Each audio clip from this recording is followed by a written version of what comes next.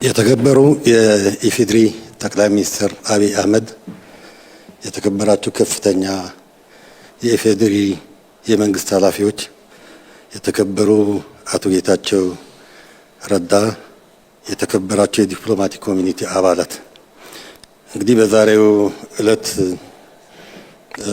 ታሪክ እዚህ አድርሶን ትግራይ ጦርነቱ አልፎ ከዛ 2 ዓመት የሽግግር ጊዜ ቆየን። በዚህ 2 ዓመት የሽግግር ጊዜ ጌታቸው ፕሬዝዳንት፣ እኔ ምክትል፣ ጀነራል ጻድቃን ምክትል ሆነን ካቢኔያችንን ይዘን ብዙ ጥሩ ስራዎች ሰርተናል። በዛው ያክል ደግሞ ብዙ ድክመቶች ነበሩን።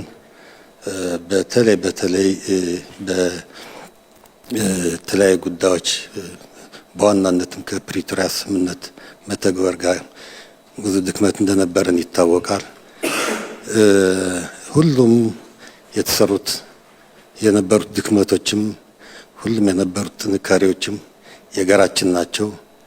እንግዲህ በዚህ ባለፉት ጊዜያት አንዱ ሲነሳ፣ አንዱ ሲጣል፣ አንዱ ሲወቀስ፣ አንዱ ሲወቅስ የኖርንበት ሁኔታ አለ።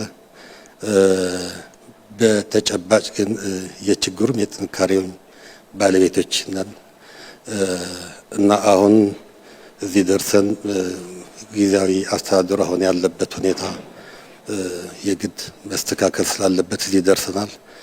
እዚህ ደርሰን ያው ጊዜያዊ አስተዳደሩ መቀጠል ስላለበት ለቀጣዩ 1 ዓመት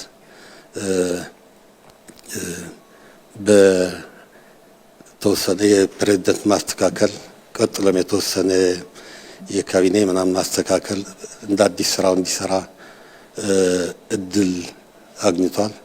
በዚህ አጋጣሚ ይሄ እድል ለኔ ሲሰጥ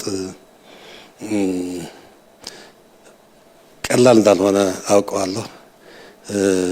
በጣም ከባድ ፈተና ነው። በእንትን ሲታሰብ የምትመኘው ነገር አይደለም።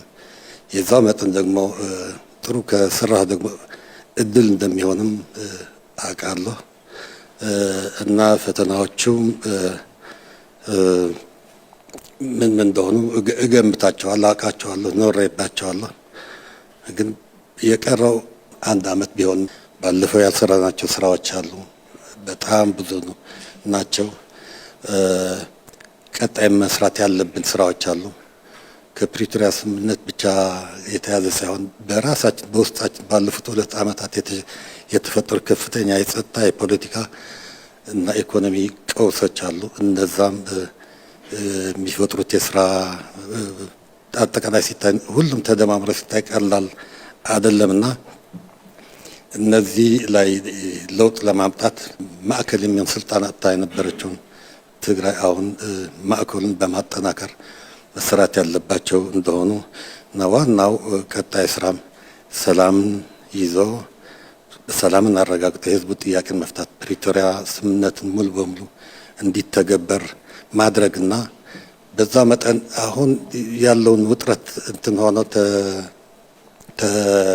ተረግቦ ሁሉም ያለው የፖለቲካ አካሄዳችን ለውጥ የምናደርግበት የወጣቱ የለውጥ ፍላጎትም ምናሳካበት ቢያንስ ትንሽ መልክ ምናስይዝበት አይነት ሁኔታ ይፈጠራል የሚል ግምት አለኝ።